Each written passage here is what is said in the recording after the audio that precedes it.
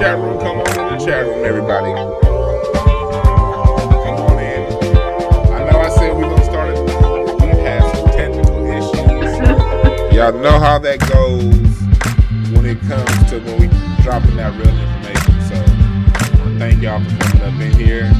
We got a few in. What's a good solo givens? Thank you for coming up in the house. We're gonna have a great discussion today. So I want to let y'all fill in that before I introduce my guests. We're gonna talk about some Aboriginal American Indian history here for Black people. We're gonna talk where we come from, who we are. So open your minds.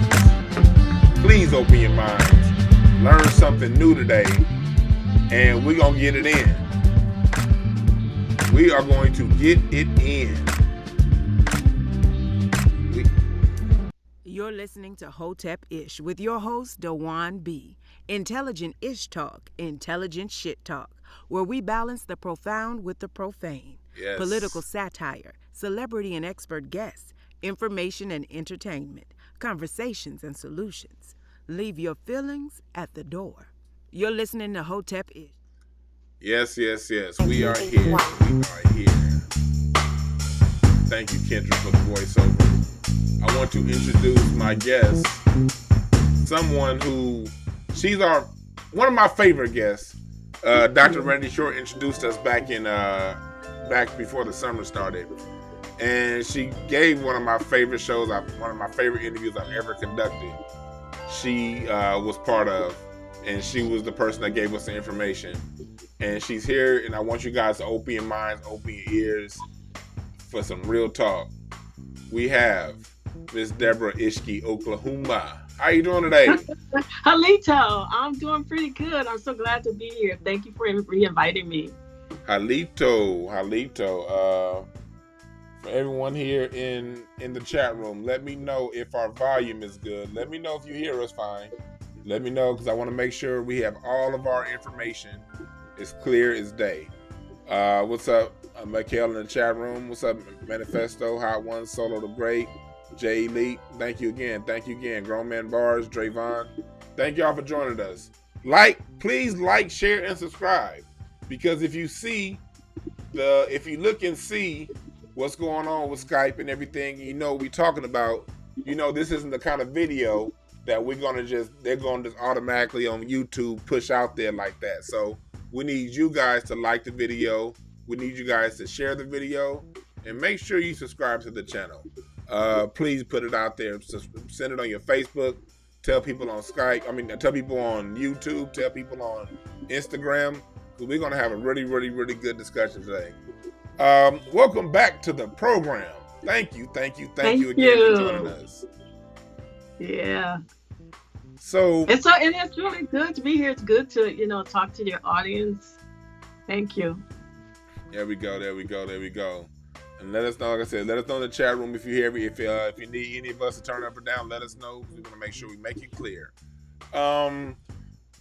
Miss Oklahumma is someone who traces and understands our history here on this land. It's a part of our history that's been suppressed. To people with loyalty to Africa, I get it. You know what I mean? We all have it, because we all know at the end of the day we're people of the earth. So we're indigenous to all four corners of the earth. To say what we're talking about today, this is mining and going through our roots that are here. These roots that are here, they exist. They're long. They're very deep. And the years go back hundreds of thousands, millions here on this continent. So we're here to get more information and get deeper and deeper and deeper into that. Deborah, my first question to you is how did you get really into this information? And then from there, we're going to go for it. Just tell them how you started to uncover your roots here, and tell them what you do to help others and put the information out there. Let them know who you are. Okay, well, yeah, Deborah Ishki, Oklahoma. I was born Deborah White, of course we have. But even White is a name that's synonymous to being Aboriginal to the lands. Your last names are your people who are synonymous to the lands. more than likely. But how I started was, I grew up knowing that I was Choctaw. My family moved from Mississippi, from Choctaw lands, now called Hinds County, Mississippi. And I grew up hearing stories all the time about what it was like to be on the land. My grandfather being a farmer, what it was like to go, as a farmer. And they talked about those things like he grew cotton. And of course, that's how they made their living. Although, you think about sharecropping, our people really got the bad end of that deal. Yeah. But, yeah, so eventually, like most of us, when I started school, I began to hear these stories of Indians. And first, Indians were dead. They give you this picture of these Indians who didn't like slavery, so they all killed themselves because, of course, they were too strong to endure slavery. And so when you look at these pictures and the narrative of what you see as a child, they put the picture along with the story. Your mind sees a white person when they see the word Indian. Yes. So even though I was getting a totally different story at home, I was being indoctrinated in elementary school, like most of us. And then the story after that, when we came wise to that, the story was the Native American, because they attributed that name to these people who are trying to say that they are us. And, I kind of forgot my own history because I was endowed with theirs, or should I say, yeah. So, but then here's the thing. It just, it came to me one day. Why is it out of all the stories, the only thing we can find that documents this slave trade is chains? Where's the boat? The white man, he documents everything because he wants to make sure he owns everything. He wants to be able to say, here's our document, here's our agreement. And I couldn't find it. And then I started to do more research, and I realized that other people were doing more research. And from there, I found that my family, when I was looking for my mother also, because my mother was murdered and I was looking for her. And so when I found her, I found that my mother actually, every time I put her name and her date in, it kept saying Choctaw Reservation. Okay. And I kept trying to get rid of it, going, well, that's not where she was. But then that is exactly where they were, on the Choctaw Reservation in Mississippi.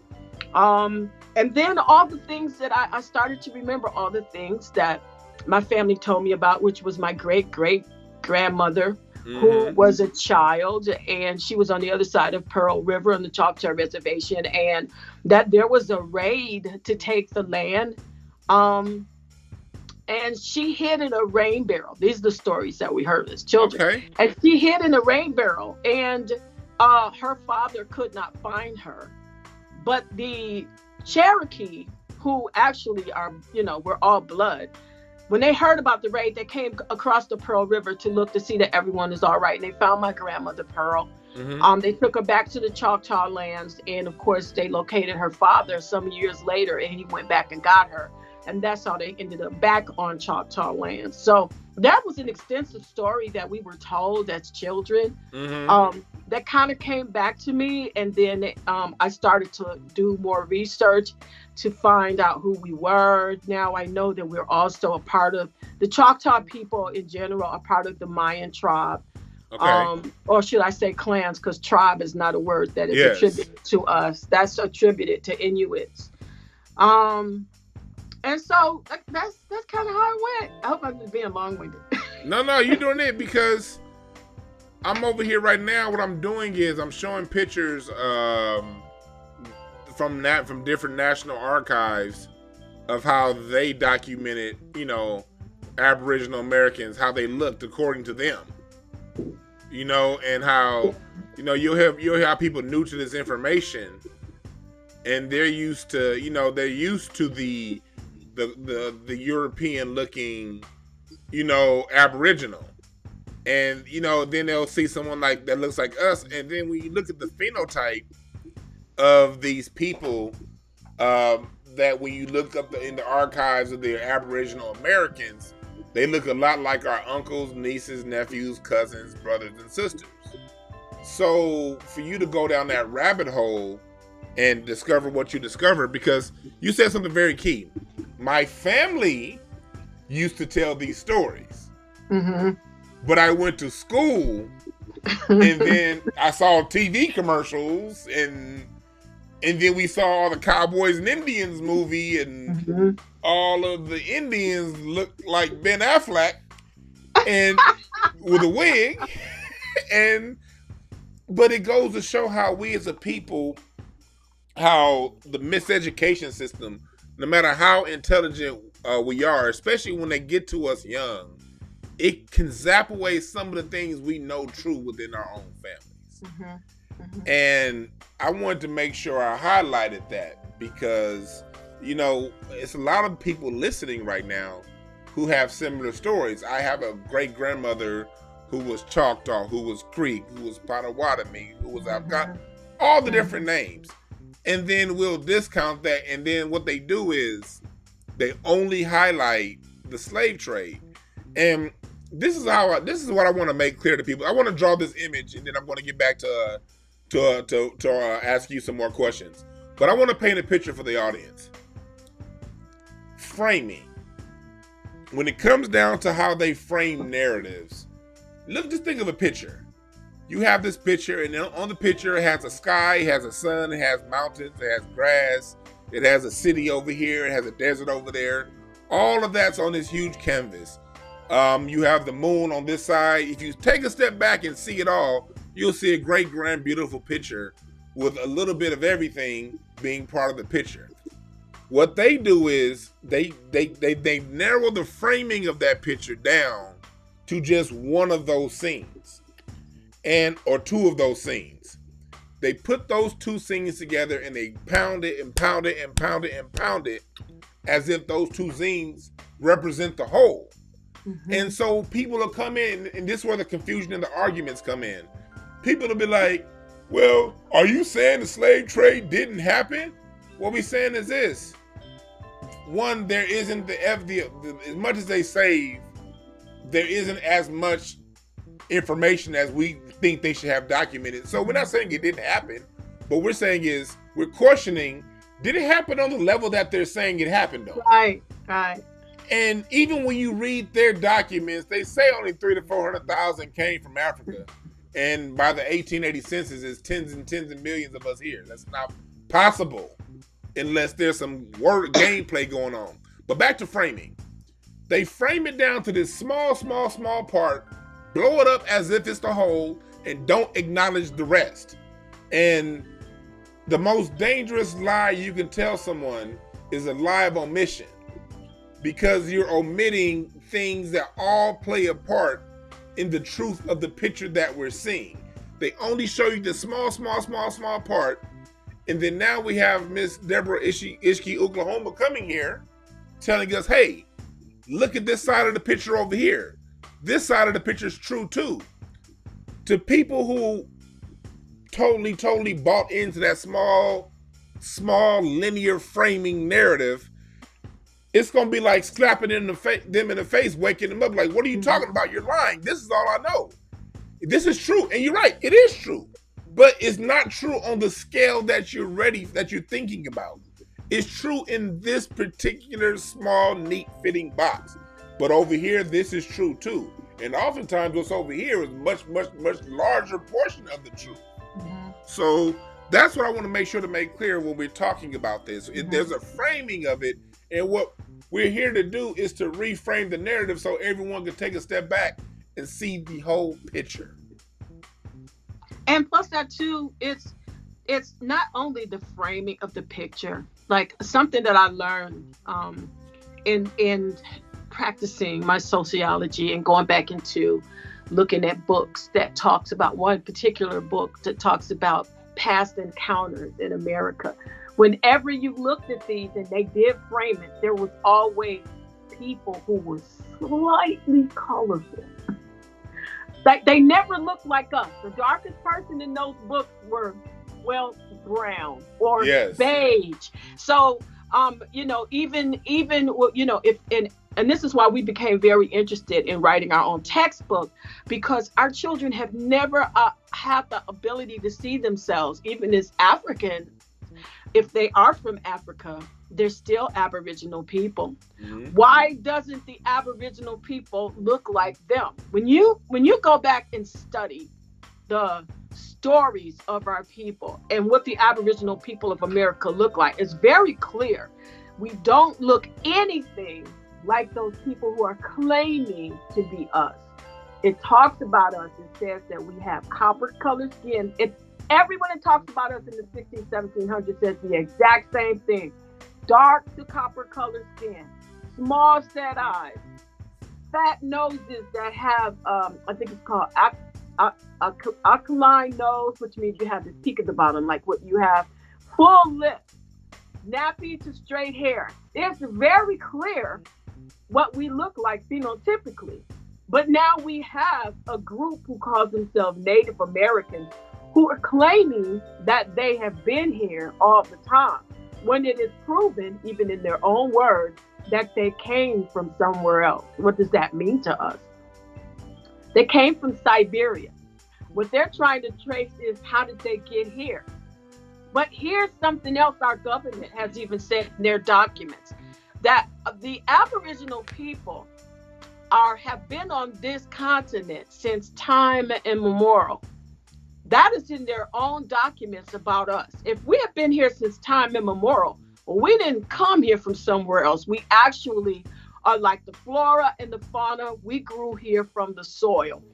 So this also, although it's hard to really comprehend that, because we've been given this whole, we were created and a woman came from a man story. And before you back up from that, just listen to it. That would make us all men. And if we're all men, where does the womb fit in? So this is why with Aboriginal people, your lineage comes from the mother, not the father. That's why Jews say their lineage comes from the mother. That's why other people will say, well, my lineage comes from the mother. That if you're claiming that your lineage comes from the womb, then you're debunking that Eve came from Adam, because what you would have, if a woman came from a cell of a man, she would be a man with a womb. Mm-hmm. Not a womb that gives birth. Those are two different things. That's a scientific fact. So what we've been inundated with and indoctrinated with is a bunch of false narratives that takes us away from who we actually are, why we're here, what our purpose is on this planet, how the other people got here. Which brings me to something else that I want to talk about. In one of my lectures, I talk about the Chiron Star. Mm-hmm. And that's very important to us, because we are, as Aboriginal people, star seeds, meaning that everything in the universe, that's what we are.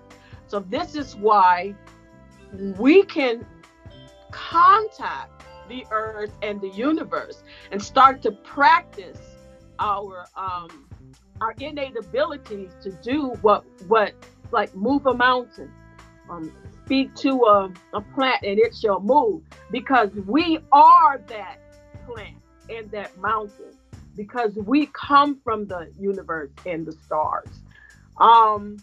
Here's the good thing about that. We, as Aboriginal people, can comprehend that the universe is a womb. But if we look at the planet, so is it. It's constantly giving birth. Plants, our food. And it says, even in the Bible, which is confusing, but it says, I give to you every seed from the ground. Every food for you to eat comes from the ground. It tells you that you have, what's the word I'm looking for? Is it the manna? No. A manna comes from, in their analogy, from the heavens. But let's take out the word heaven and call it an expanse, because that's what we're dealing with. We're dealing with a ceiling over the planet that is called the expanse. And the more they will learn about the portals that are in the expanse. You know what? And speaking of that, Columbus said himself that the reason he came here, though many think he came here by accident, they actually was looking for this continent. There's proof of that. He came here, he said, I'm looking for Jerusalem. That's where the portals are. That's where the manna is. Yeah. That's where the city of peace is. That's where everything is. So you think about why all of these people want to come to this continent, because this is the continent where the most important people live. As a matter of fact, they've been hiding that the oldest people have been found in the Americas. The oldest skeleton, the oldest pyramids, the Grand Canyon, those high places, those are pyramids. They didn't just get here by happenstance. And in the Grand Canyons, you have cliff cities and dwellings with with hieroglyphs. I challenge you. This is something I did myself. When you're driving, for those who on the West Coast, if you've ever taken that drive from Phoenix to Sedona, Sedona's a beautiful place to take a vacation. If you like to relax, go to Sedona. But on that Highway 17 from Phoenix to Sedona, about 30 miles before you get to Sedona, there's something called Montezuma's Castle. They attribute it to Montezuma, even though they say, Montezuma says this shit was here way before I got here. They just attribute it to Montezuma because Montezuma's someone that they can color in a light. The first lightest person that they can find, they attributed those caves to him, even though if you read what they say on that, Montezuma was here a couple hundred years ago. These caves were here probably tens of thousands of years ago. So that's how it's on you to learn how to read through their BS, because the caves themselves have been here since time immemorial. Yes. Which means something that's very important. Let me say this and then I'm going to be quiet again. Which is very important for our people to understand. Time immemorial means you're different from God. God has an alpha and an omega. That's a beginning and an end. If you're time immemorial, it tells you, and people write about it. Wow, these people have been here so long, they have no beginning. That's what time immemorial means. You can't put a date on when we got here or how long we've been here. So when somebody else says, well, we came from somewhere else, that automatically tells you that they're not the Aboriginal people. Aboriginal people have no time stamp. They have no beginning. They have no ending. And that is what made it so hard for them to kill us off. Hey, that's real talk. Because, like, I want to circle back to a few things that you said and highlight. And first, I want to listen again to the audience, to the people in the chat room. Pay attention to what's going on. We can ask some questions later on, but I really want you guys to follow and listen, because this is how information works, and this is where a lot of people get it twisted when it comes to information. When you're getting information, you're getting a sliver of the truth.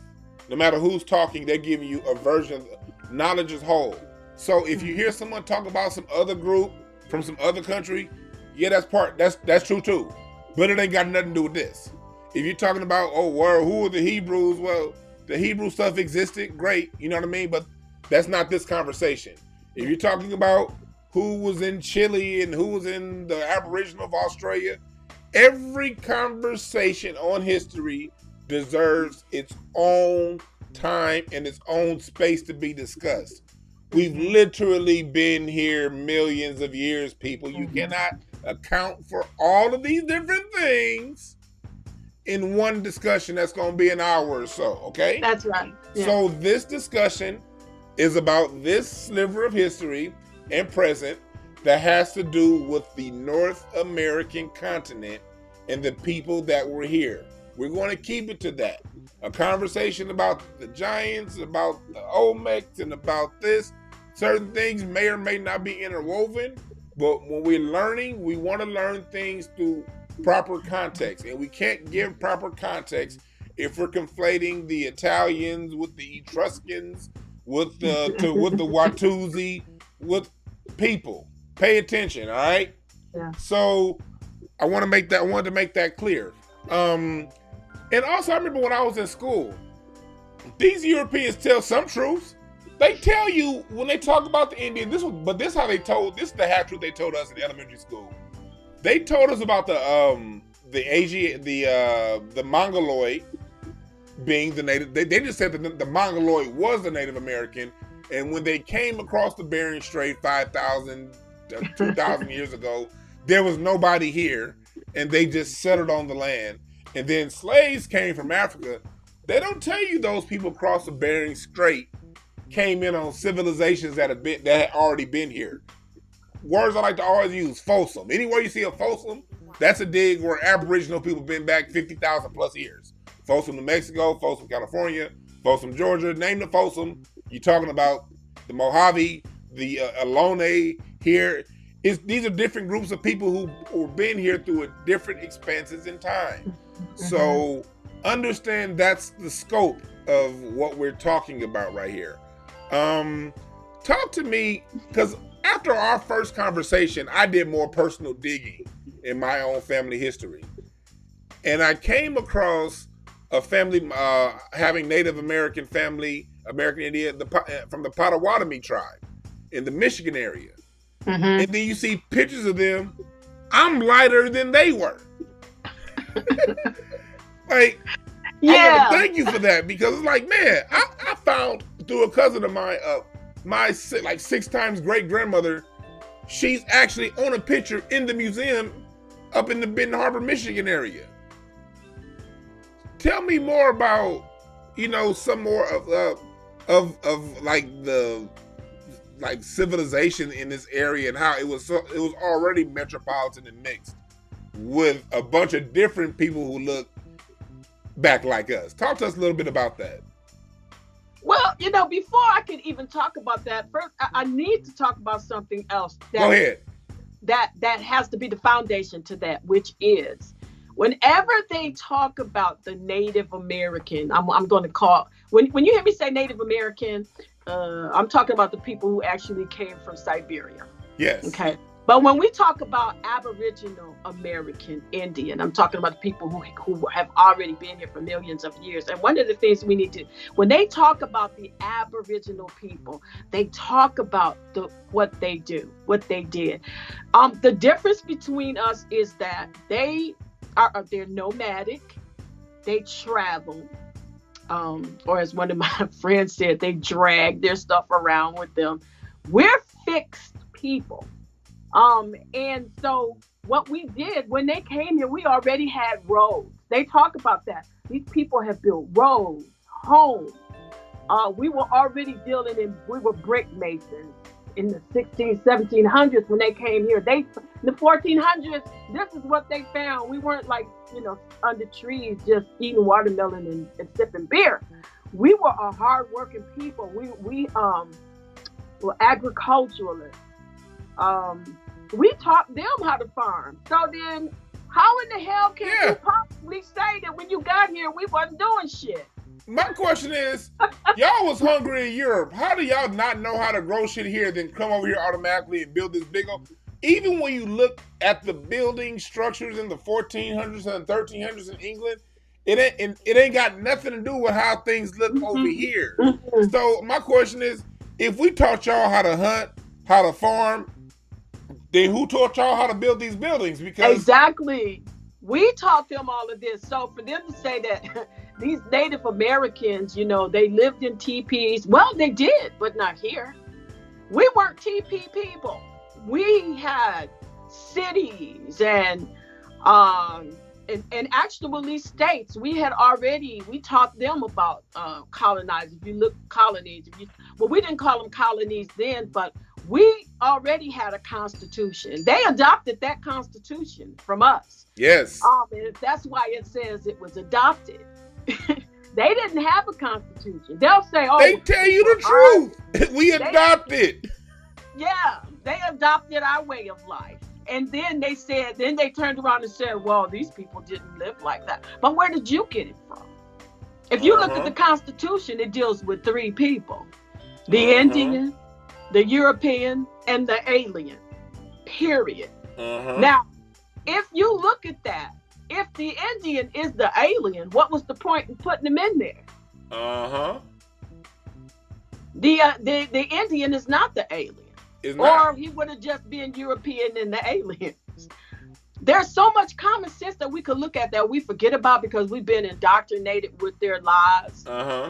And all lies come from the truth, believe it or not. It got to have the truth as its foundation. So if you dig through that lie enough, you'll come to the truth. I tell people all the time, when you want to find, like, the only way a lie can really hold on and hold weight and stick around for a long time is if it's mixed in with the truth. You have to have a true foundation to all lies. Yeah. And the way people see lies and see communication is misconstrued. They'll say, "Oh well, that part of what that person said is true." Yeah, that part is true, but it doesn't mean what they said is true. Yeah. So yes. So we're saying that to say, like, yes, there was a slave trade, but one part of the slave trade that they don't tell you about, these are like, I like to connect dots because they'll throw things out there, but they're not going to connect them for you. Rikers Island was started as a prison for the Aboriginal American Indian people that were here. It was a slave catching colony. That's why even right now in Rikers Island, you have people sitting in Rikers Island with no charges because they would get free Aboriginal people, the Algonquin tribes of the area. And it's funny because those are the same tribes that Ben Franklin said he used to go to all their meetings from, and that's who they got. You know what I mean? So they started Rikers Island as a place to capture free dark-skinned people and sell them off to the slave plantations down south. Look up Rikers Island. You know why though? You know why? Because if they had put them in prison as Aboriginal people, they would have been breaking a constitutional law. Because in the Constitution, even now, the one in Michigan that I look at, it says, 1, you have the right to your own Indian Aboriginal militia. 2, they're not supposed to put us in their courts. If they have a problem with us, they have to take it to our courts. And then we determine how to charge our people. So when you're an African American or an African in America, because there's really no such people as African Americans. When you're an African in America, if they charge you as Black, African American, because those beings have no standing in law, they can do whatever they want to you. This is why we lose so many so much in the court. It's because when you look at the law, a human has no standing in law. Now, a corporation does because it's a person. Humans aren't persons. African Americans aren't persons. Black people is not a person. Those are not nouns. I learned that from somebody else.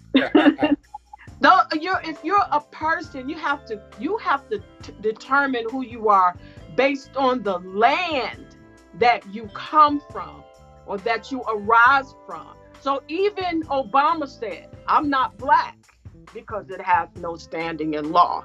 If you're gonna learn something, learn it from the nigga you voted for. Hey, he even said it. So he's got sense enough to know that he's not going to step into this country as a Black man.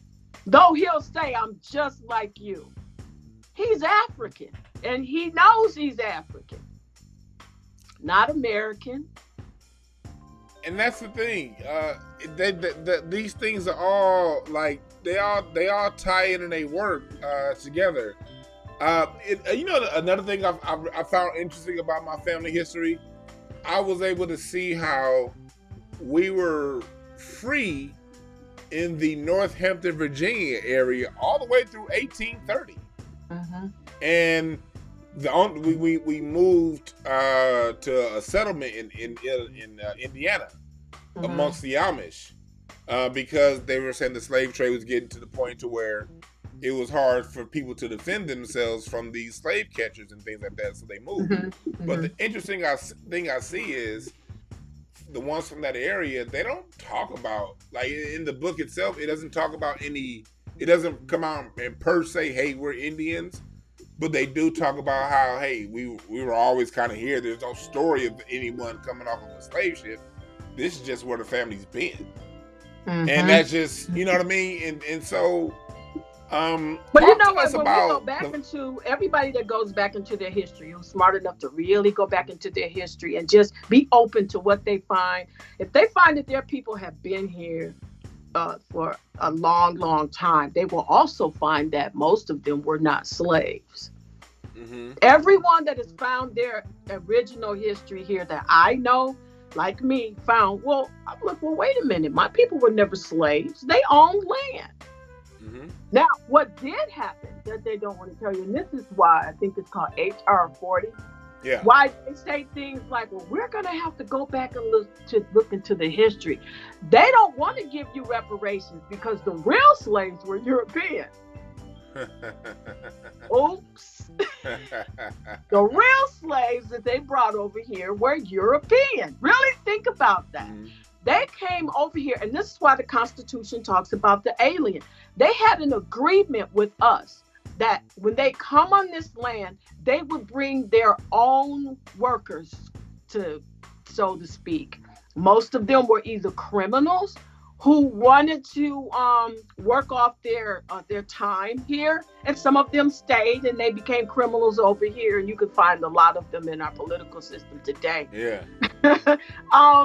Or that some of them decided we want to come over there and work the land because we don't have freedom here in Europe. So we agreed to let them come here on the basis that they would follow the Constitution that we gave them. And this is why you find the Democratic Party right now is saying, we don't want the Constitution, because if they get rid of the Constitution, they can really run a fucking muck. Yeah. Because it's the Constitution that keeps them in line. It's the Constitution that says, because there's a difference in being legal and lawful. They make legal rights, but you can debunk every legal right for what's in the law.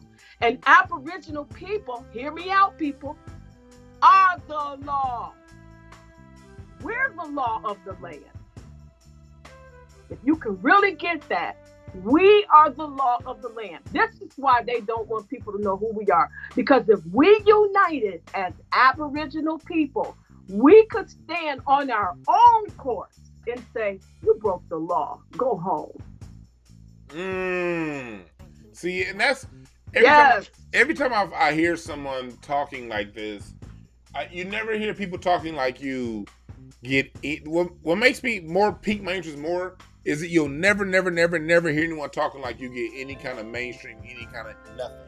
And I'm the kind of person that like to look at, okay, you know, what's not like the other. People who, and I know we live in a media system that basically gives the mic to people that are talking about things that aren't going to harm the greater good for their society. So when I hear that, and it makes so much sense, you know, let's say again, going back in my family history, I was looking at the white people in my lineage that came here. I found online that the white side came from London in 1660. Like even my white ancestors was the original London folks that was here. And what did she do when she got here? Married a chocolate Indian brother. You know what I mean? Back in 1670. And it didn't say, I'm like, okay, there's more than what they telling me than what's going on here. Again, we're not saying that everyone, that slavery didn't exist. We're not saying that black people and Native Americans weren't enslaved. There's a hell of a lot of us that weren't enslaved. But what we're saying is there's more to the story. It's not a one-to-one connection. If you're black, You were on a plantation. You came from Africa. End of story. That is a story that they've highlighted to be the story.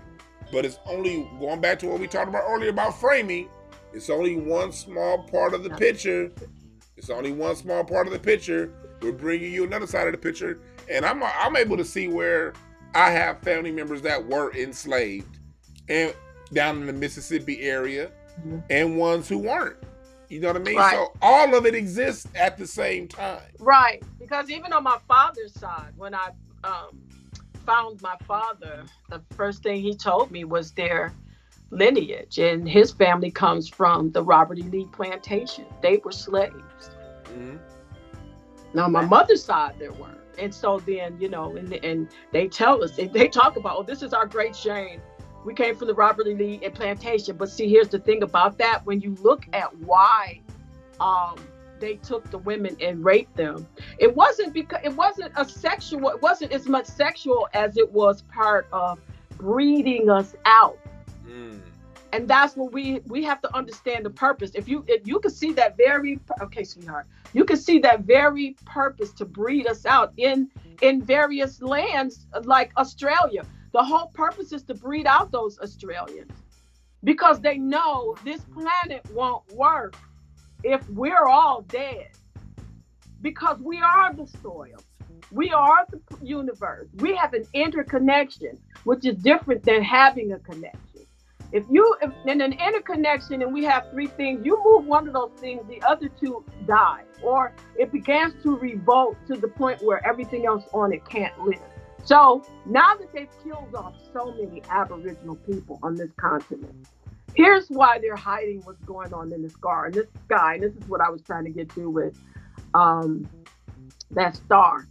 The universe is making more stars now. She's preparing to replant and re-sow so we can reap, or the planet can reap. That's where reap with the sow comes from. Mm-hmm. So sowing us back into the planet, we're the only ones who can be sown back into the planet.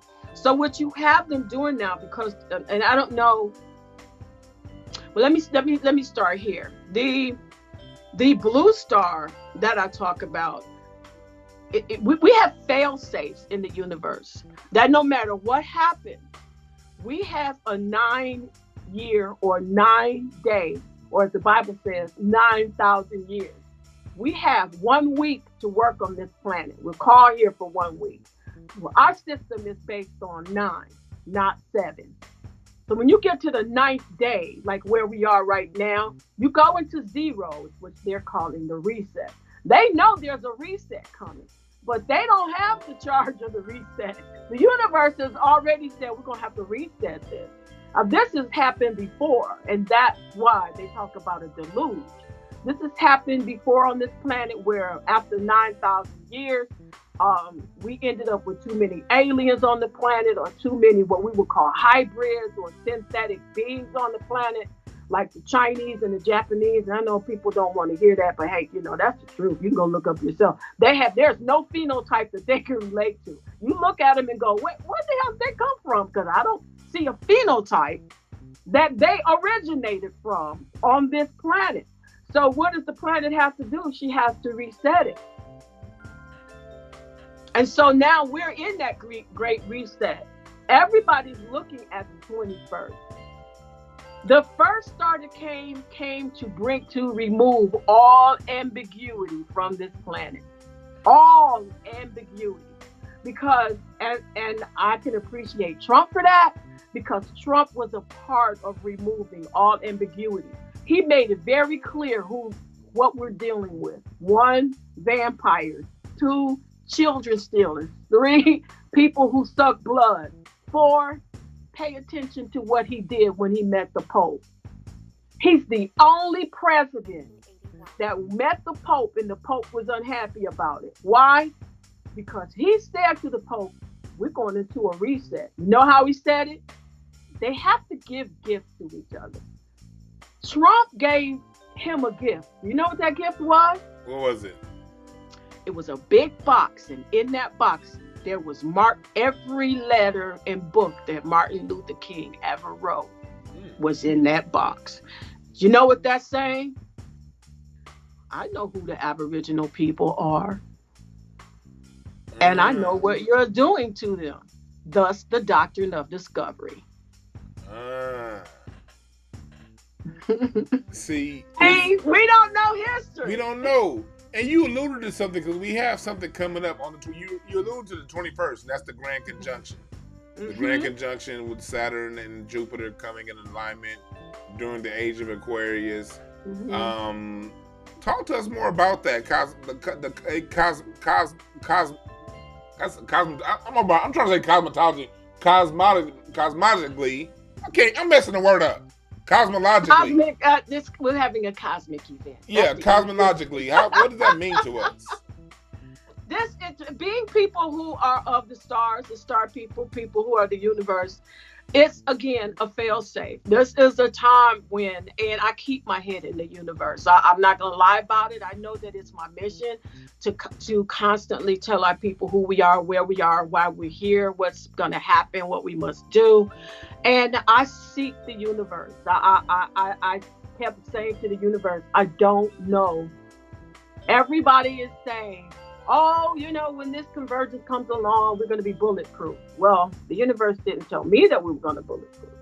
Oh, when this convergence comes along, this is going to happen. So I sought the universe for myself and said, what is this convergence all about? Because we don't know who we are anymore. We don't know our history anymore. And she finally told me after so much seeking, and it was, after this ambiguity, you're now going to find out who they are. You're going to see them. That's what's going to be removed. The veil of who we are is being lifted. Now the veil of who they are is going to be lifted. And that's why a lot of what you're saying, like about Trump, going back to Trump was lifting. I've always looked at Trump as he acted out how this country behaved from day one. He was just a living manifestation, act out of this country's behavior. The country behaved that way. Now they say a different thing. They have a smooth looking face, somebody who can talk clean, somebody with a nice suit, fresh, saying whatever they got to say. But behind closed doors, Trump is how this country has always behaved. And that goes back to what you were saying about the unveiling of the truth. One thing that people who really want to fix this thing, who really have a love for humanity, a love for who we are, a love for just nature, we want it fixed. And if it getting fixed means exposing all the dirty little secrets that's going to cause minor inconveniences for people, then so be it. They won't be minor. Or major. They're so going to be devastating. Yeah. I mean, I kept asking, well, what about, here's the devastation part for our people, is that there are many, if you go back, first of all, this matrix that we're living in is artificial and it's synthetic also, meaning that we have to go to them for everything. They give us our water, they bottle everything. And now Bill Gates wants to block the sun, which means we would have to even beg for air. So we're not looking at what's really going on here. Why do they want to vaccinate us? Because not only did that first star operate in waking our DNA, or what they call junk DNA, there's going to be a movement in our DNA. Our DNA is going to heal in order for us to wake or rise and see. Let me give you an example, because see, they know what's going on. There's a movie, and I can't think of the name of this movie. I think it's called They Live. There's a movie where this man had, I guess, sun eyeglasses. And through these eyeglasses, you could see who all the aliens and the evil people were. The one person he had the hardest time making look at the truth was a black man. He literally had to beat that man up and force him to put the glasses on, to look and see what was going on around him. Damn. This is our people today. When this opens up, there are going to be many of us who will probably commit suicide. There's probably going to be many, if we don't really wake up, if we don't rise and see what's really going on and accept what is really going on. We're going to also, let's look at, what's the name of that? Where Neo, what was the name of that movie? Where The Neo? Matrix. The Matrix. In that movie, there was one man who was the traitor. He said, I want to go back into the Matrix. Because why? He didn't want to farm. He didn't want to take care of himself. He wants someone to constantly give him welfare. He wanted the taste of the state. There's going to be a lot of our people, and most of them voted Democrat, who wants to be on the tip of the bench. That's very true. Exactly what many of them are going to say. I don't want to be awoke. I don't like what you're showing me. And they're going to stay in the shadow government and the fourth world. We are moving into the fifth dimension with this planet. And many of them are not going to want to go, and they're going to get stuck. Here's the thing that I want people to understand. Dimensions do not go away. Dimensions are here to stay. Most of the people who are working in our government, and that's why they call it the shadow government, is because they live in the shadows of the fourth dimension. The shadow is your fourth dimension. In order to move into that fifth dimension, you're going to have to break away from this fake, this artificial hit that they've given us, that we've become so comfortable, so used to. Yeah, we're comfortable with it. It's going to be difficult because there's a lot of people who are going to say, I'm not going to give up my car. Look at what's happening. Look at what this. If you don't take this vaccination, you're going to lose your welfare. If you don't take this vaccination, you're going to lose your job. If you don't take this vaccination, you're not going to have anything left. So what are people going to do? They're going to say, oh my gosh, I need gas in my car. I need this. I need that. So they're making it where it's hard for you to determine that you need to move into the fifth world, because in the fourth world, everything is handed to you. What are they creating? What is the fourth world? That is the new world order. And there is people, that new world order is being built on that fourth dimension. What's in that fourth dimension? Let's be honest. Let's be clear. Murderers, thieves, child molesters, rapists. You got to depend on them for everything if you stay in the fourth dimension. And you will get a butt fuck if you stay. Let's just be real. Yeah, that will be your entire life forever. And let's just tell the truth, man. We people. The Matrix was a very, very real movie, a vivid movie, because it's telling us really what we're in. We're our higher selves, the self inside of us that sees things before we see it, that gives us that quiet nudge, that silent talk. Okay. That wide awake self is much, much, much, much bigger than who we are here. Yeah. And we are, when they get into the thing, like on Avatar, and they go to sleep, and then we're in the part where once the real you is over here, this little thing over here, knocked out sleep somewhere else, and we're living in a simulation down here, and we live in a world that we can create our own reality. Mm-hmm. And that's why oftentimes when we have these discussions, you talk to a person that's religious, that comes from a church or a mosque, and they, no, we this, we that. They want to just guarantee and drill down and hammer, because they're living a reality. They've chosen to live a reality that someone else created for them. Mm-hmm. And but here's the thing. We created this reality. Yeah, we created it. Yeah, because we're the only ones that can make a world here. Yeah. And if you look at like I teach about rituals, because we are the ritual. The Aboriginal people are actual the ritual. In other words, we look at who we are. They tell us that this planet spins. This planet cycles. We cycle.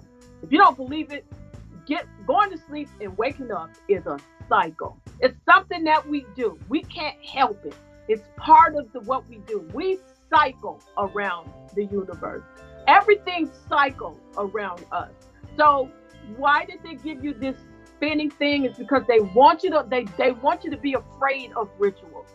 They don't want you to know that you actually created the ritual that they're using to destroy you. Christopher Columbus, I talked about this in one of our meetings, and I said the first thing that Christopher Columbus did when he hit these shores was a ritual. You go back and look at that picture. He's on one knee. Everybody else is on one knee. And they're trying to complete this ritual. When you look at the Democratic Party, they held up George Floyd to show their God. We have sacrificed a man. Now we're coming and bending on one knee to pay homage to their ritual that they're trying to bring to a close. We really got to understand that. I want y'all to look up that ritual, because that one knee thing, that is something that police officers have said on camera that they learned back in Israel. When they asked about those cops, it's funny. I know a lot of black cops, but I don't know one black cop that went back to Israel. But the non-black cops seem to make it back to Israel. And they have a ceremony. That whole knee in the back of the neck is a ceremonial thing that DwannBrown don't have the depth of knowledge to explain that to you adequately. So I encourage everyone watching to go back and do their own information and their own research on the ritual of putting one knee behind someone's neck and how that connects to their culture. So that's just something that's just a nugget of knowledge for y'all to go ahead and research yourself. I've done some research on it, but I can't really break it down to you in an intelligent way. So I want you guys to look it up and formulate your own opinions when it comes to that. And I will be talking about that more if they want to also get in touch with me. I talk about that even more. And we have this organization called the National American Indian Council of Affairs, which we will be changing. What's that website? It's not a website. Oh, it's not? But we have a council. We have a council, and it's called the National American Indian Council of Affairs. We're changing the name now to the National Aboriginal American Council of Affairs. But what we do is from our called the Hindsight Project, which is our 501c3. We actually do what we call mass meetings, and we invite people to come and listen. And I talk about these things. And I have a small video that's on my on my YouTube channel. If anybody should email me, I will send that to them and let them look at it. If they also do counseling, should they want to find out more about how they should be thinking, how to erase the doctrine that they're in, and so that they can become more clear on how to think. I also do that too, because we've got to be able to walk away from this thing and see exactly what's really going on. That knee is so important. You will see that one knee goes up and the other one goes down. Or is your email address the Hindsight Project? My email address, my personal email address is emahdeborah@gmail.com. Okay, I need you to, I'm typing that in right now. Okay. One more time. emahdeborah@gmail.com. All right, cool. Yeah, and if they email me, I'll be glad to set up any kind of, I'll talk with them. I can counsel, I can help. Okay. I'm glad to do that. Okay, I'm putting your email address in. Okay, I have. You see our email address right here on the screen next to her. That's the email address for those who want counseling, for those who want to know more about what we're talking about here. Tell us more about the Hindsight Project and what you have going on over there. Well, the Hindsight Project is has always been where we looked up our history and disseminated the information out to the people. It's done more. Now we've incorporated our council in it, and what our council does is we are actually bringing a call to action to the people to have these aliens removed from our continent. So they can also email me to get more information about that. Yes, we do need donations if you can, because it's a lot of work to get this information out to people. And we want to, if we need the call to action to be to help us um, travel and get this out to people. Say like if one of your listeners say, you know what, I would like to know more information. I'd like to invite you to come to our city or our state to talk about a particular thing. They can even bring up what they want me to talk about. Well, these donations help us to do that because it's really important. We are also, man, we're doing a lot of things. We've got a cease and desist order and some other things coming out. We've got information that proves who we are that we want to get to people. We also want to help people be able to find their lineage if they're interested, even if that lineage takes them back to Africa. That's a great thing because they're Aboriginal to Africa. We're still the same bloodline if they're Aboriginal. So our fight is the same. Mm-hmm.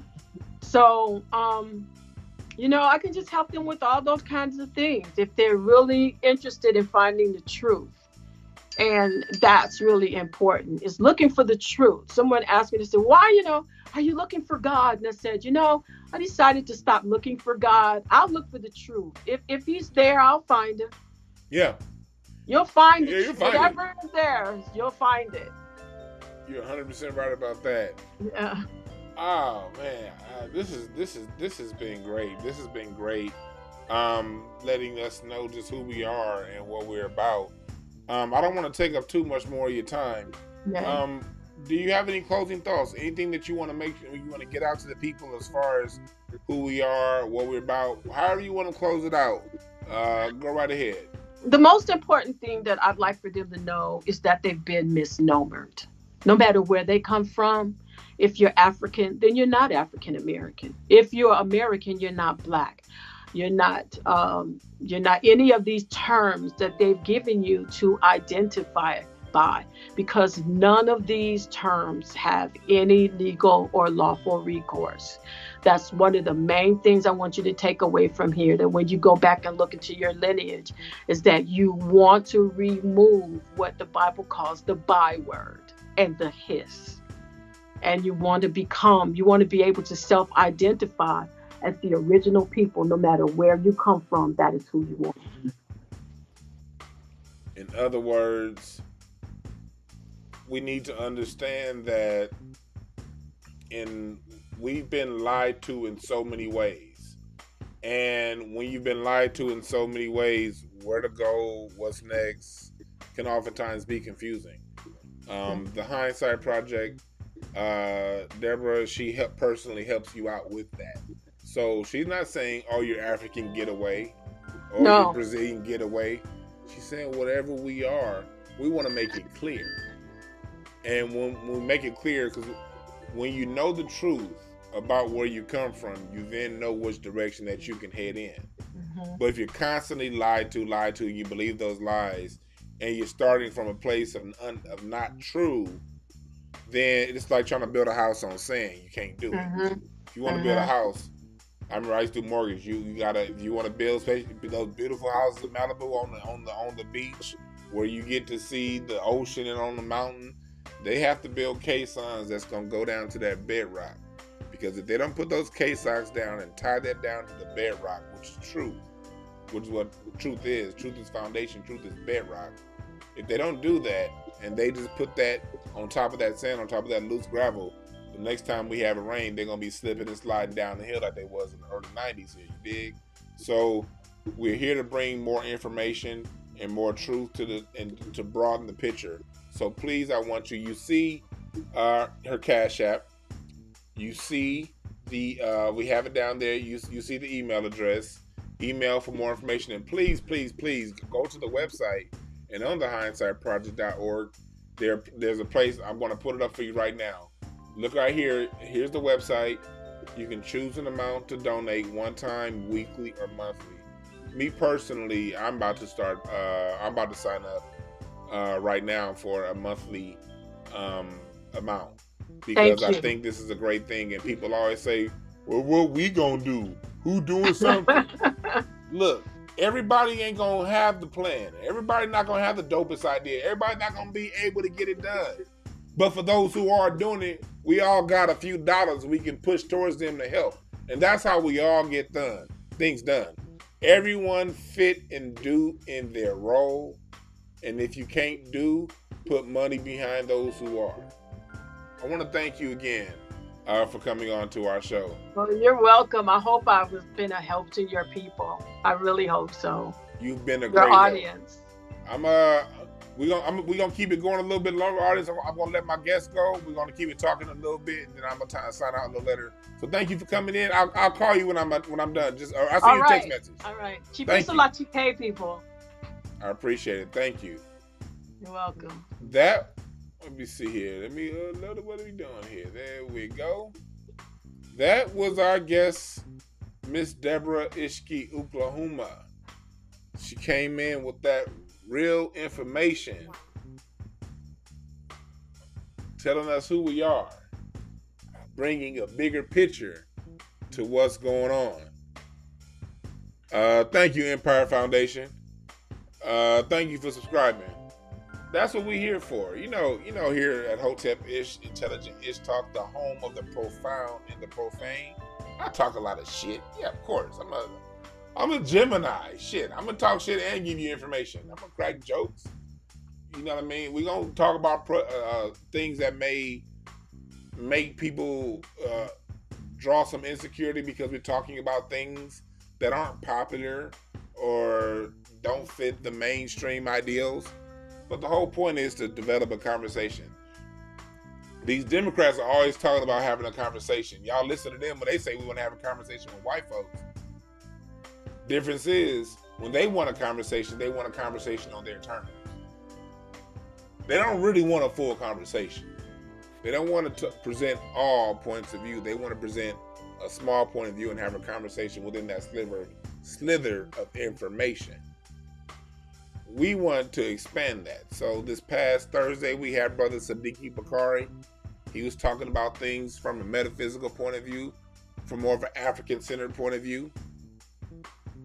Today we had Sister Deborah Ishki, Oklahumma. Y'all don't know, she used to be with Motown back in the day too. We're going to talk about, next time I have her on, we're going to talk about some Motown stuff because she got some history when it comes to our music. But she's bringing the Aboriginal history that's also true. Books like They Came Before Columbus. Books like The First Americans Were Africans by Dr. James David Imhotep. Someone in the chat room earlier mentioned Brother Clyde Winters. Clyde Winters has another book where he talks about this kind of stuff. So everybody has a piece of information. You got your Hebrew Israelite brothers out there. I don't, I'm always cracking jokes, but they got something to say. You know what I mean? Now I'm not with them when they want to talk about all of us is from the line of Judah, and where was the original ones from Judah? Like, look, nigga, on the Bible, can you please stop yelling? Please, just read the Bible to me, and let that be it. All that yelling on the corner of Crenshaw and Slauson while I'm trying to get my ribs from Hoodies is too much, homeboy. So outside of that, I ain't got no issue with the Hebrew Israelites, but they do have their slither of knowledge. The Kemetic people, they have their sliver of knowledge. That's also true. You got your you got your Nawapians out there. You got look, all y'all are telling part of the truth. The thing is to stop running around acting like you telling the whole truth. Don't nobody got the whole truth, god damn it. Nobody got the whole truth. The whole point is to listen to what you can listen to and take what you can take from it. Both Malcolm and Martin were right. And Stokely Carmichael. And Du Bois. And Booker T. Marcus Garvey. Elijah Muhammad. They all were right from their point of view. And if we take the parts of their game that where they saw clearly and use it and apply it and just not fuck with the shit that don't work instead of arguing over it, we'll be good. Jeff Brown. What's up, Jeff? Joining us from the Facebook side of the game.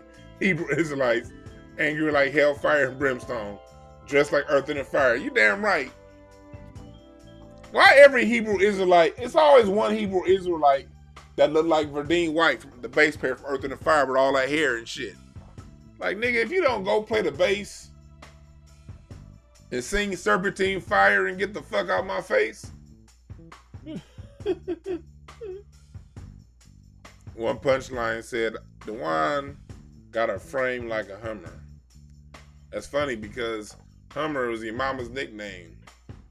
All the niggas at the gym called her that because she hummed on balls fresh before they got in the shower.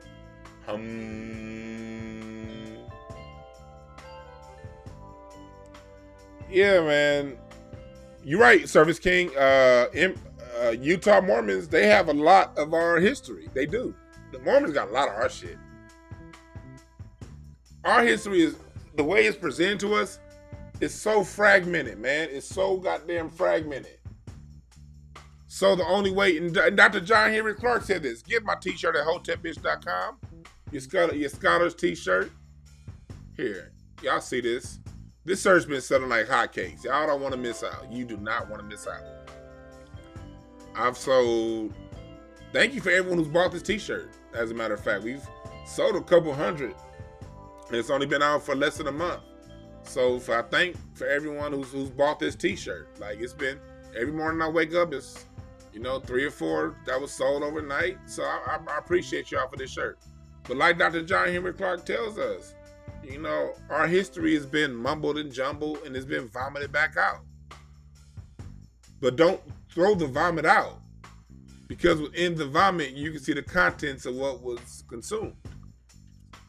You sift through it and see what goes where. And yes, it's nasty and stinky. Anytime you gotta deal with wet Europeans, it's gonna be nasty and stinky. But god damn it, we gotta do it anyway. There ain't no fucking excuse. The problem is, we'll hear one person say something that's true, and then we'll take that as the whole truth, and then we'll argue with other people who take someone else that says something is true, and you'll lose friendships over that, man. I don't know what's wrong with that nigga. He seeth this way and I seeth that way, and I'm right and he's wrong. No, motherfucker. You got some dope, you have a dope slither of information, and he got a dope slither of information. Why don't y'all sit down and talk it out, and then keep on reading more goddamn books and find out more slithers of information? Again, like I said before, even if you have a college degree, what's a degree? What really is a degree? I'm keeping this up here. I'm gonna put this, matter of fact, I'm gonna put it right above my head. That's a degree right there. Right there. That's a degree. Knowledge is 360. The truth is whole. They don't tell you when you go to college, they don't say, look, you completed your 4 years. Now, here's this certificate of knowledge.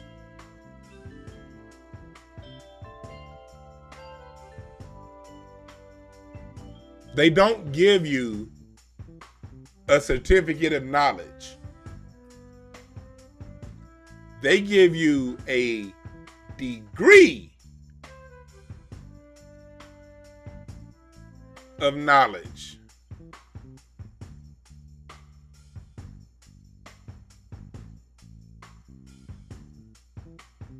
What's 360 divided into 1? That rounds off to 0.003. Which means you don't even have 1/3 of 1% of information when you get your degree. You just got that one slither of knowledge, a degree of knowledge. In the old Kemetic schools, them motherfuckers had to go to school for 40 years to become a priest. 40 years. When they say Moses disappeared for 40 years, where was he? In that Moses story that they're like talking to y'all. If Moses was in Egypt and nobody knew where he was for 40 years, is it because he was in the mystery schools? I don't know, but it took 40 years. Remember that. We don't know it all. I don't know it all. I'm just here to give y'all a little small slither of knowledge that I have in my head. And hopefully you listen to other people with more knowledge.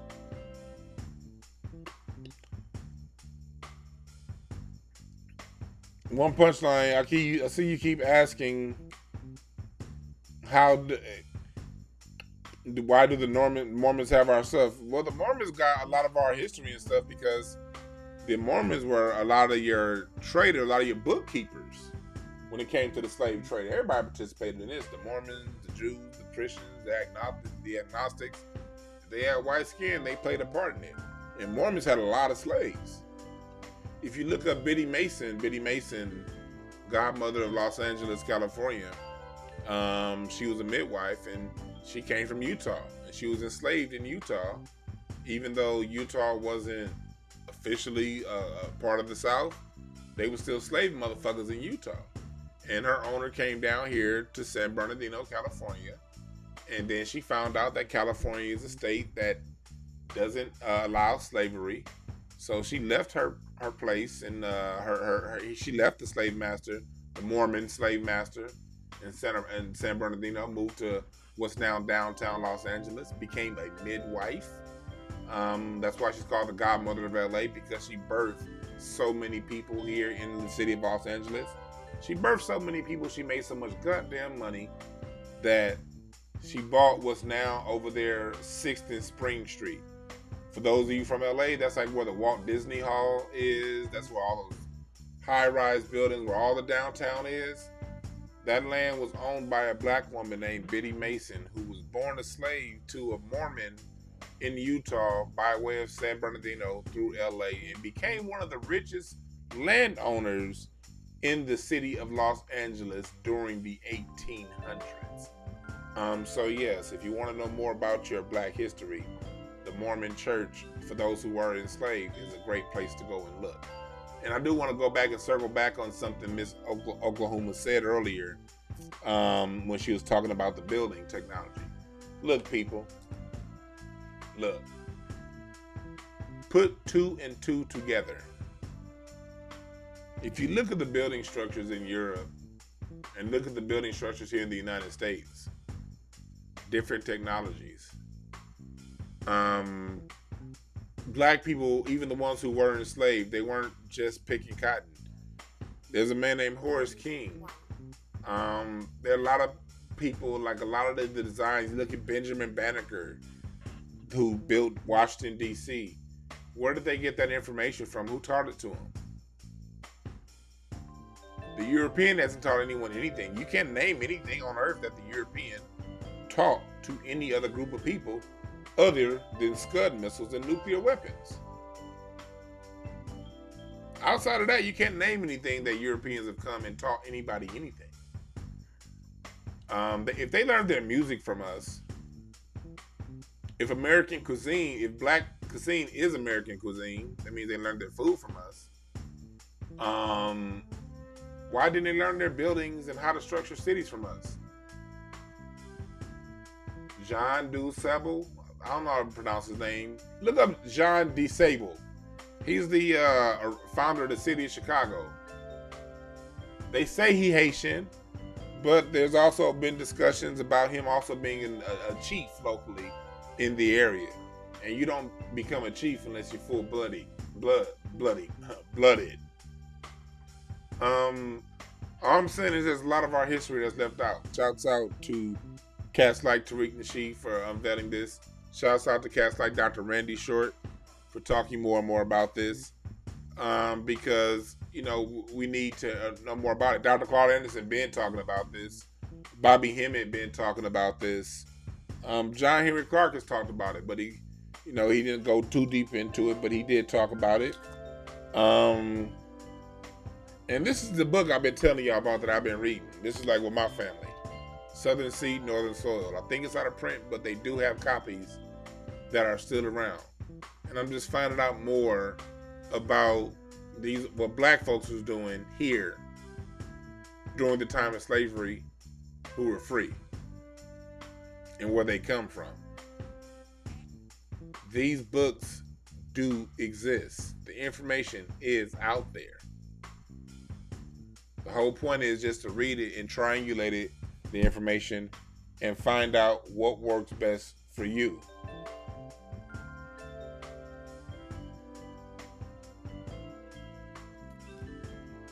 That's a good point you made there, Angel. I understand not using the term black. I get it. That's a paradox, because there's a good time like anything else. There's a good time and a bad time for anything.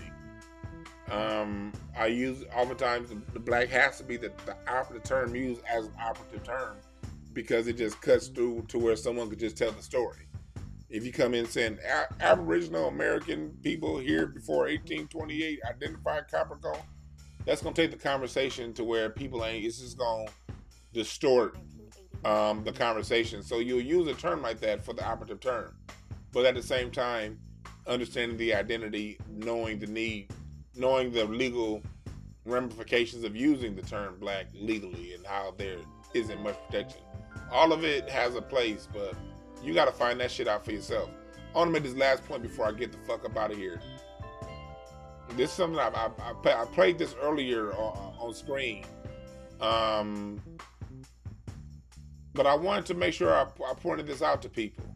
The original definition of an American. You can see the website I got this from. Webster's Dictionary, 1828. American, pertaining to America. Adjective. American, noun. And this is what Noah Webster was saying in 1828. A native of America, originally applied to the Aboriginals or copper-colored races, found here by the Europeans, but now applied to the descendants of Europeans born in America.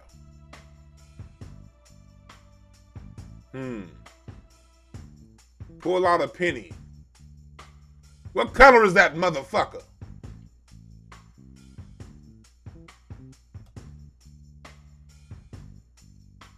So people running around talking about the American Indians, they over here telling us that Native Americans, motherfuckers, they telling us Native Americans look like Chevy Chase. The fuck? You telling me Native Americans look like Justin Timberlake? No. That's some shit that they took. Why would they take it?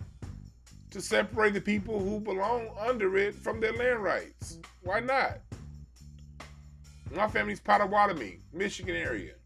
I tried to get back on them Potawatomi rolls. You know what they said?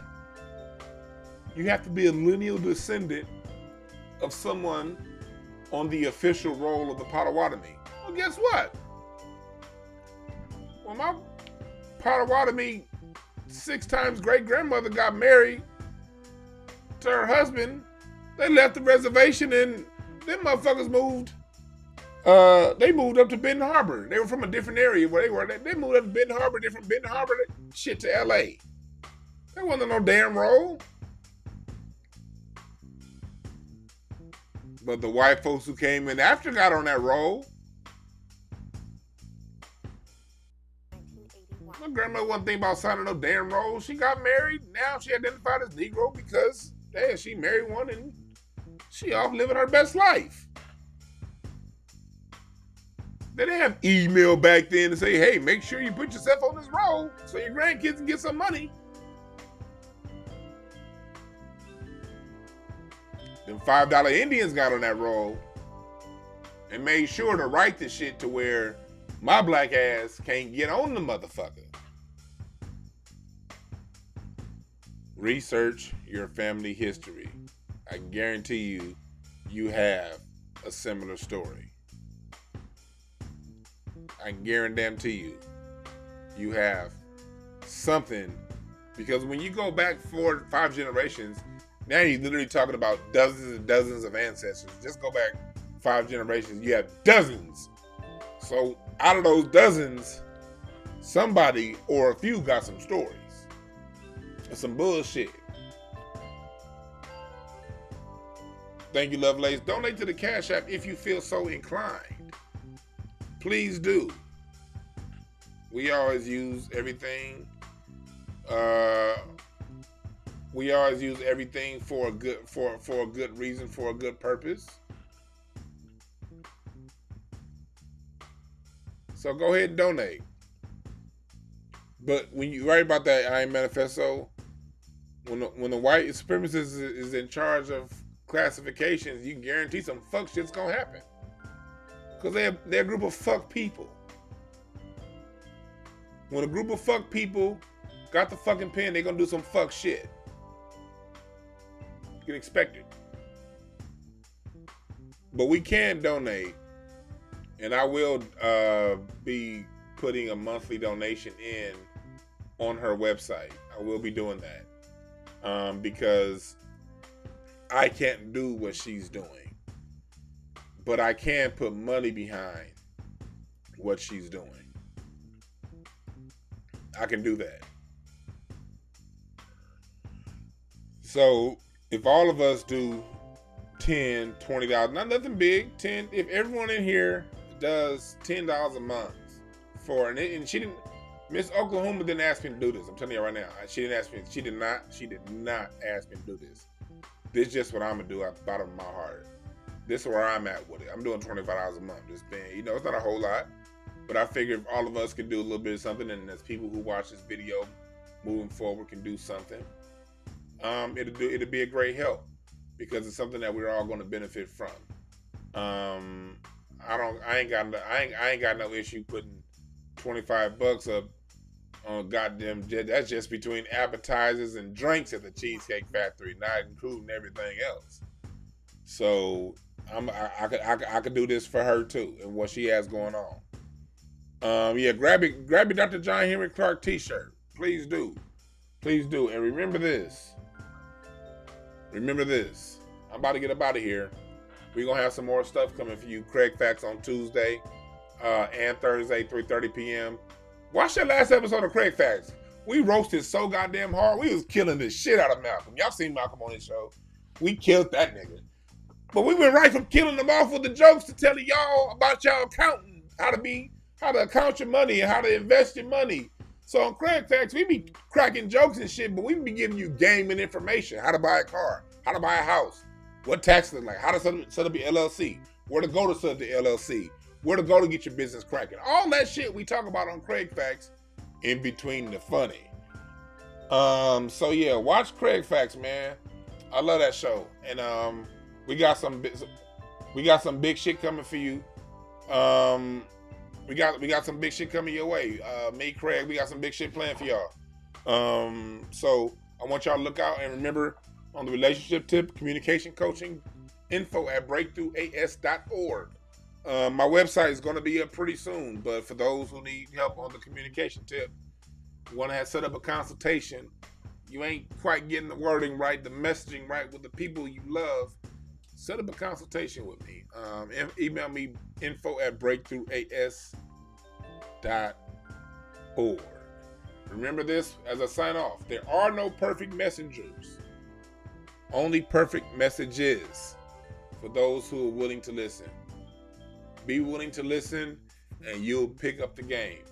My name is Dwan B. We out.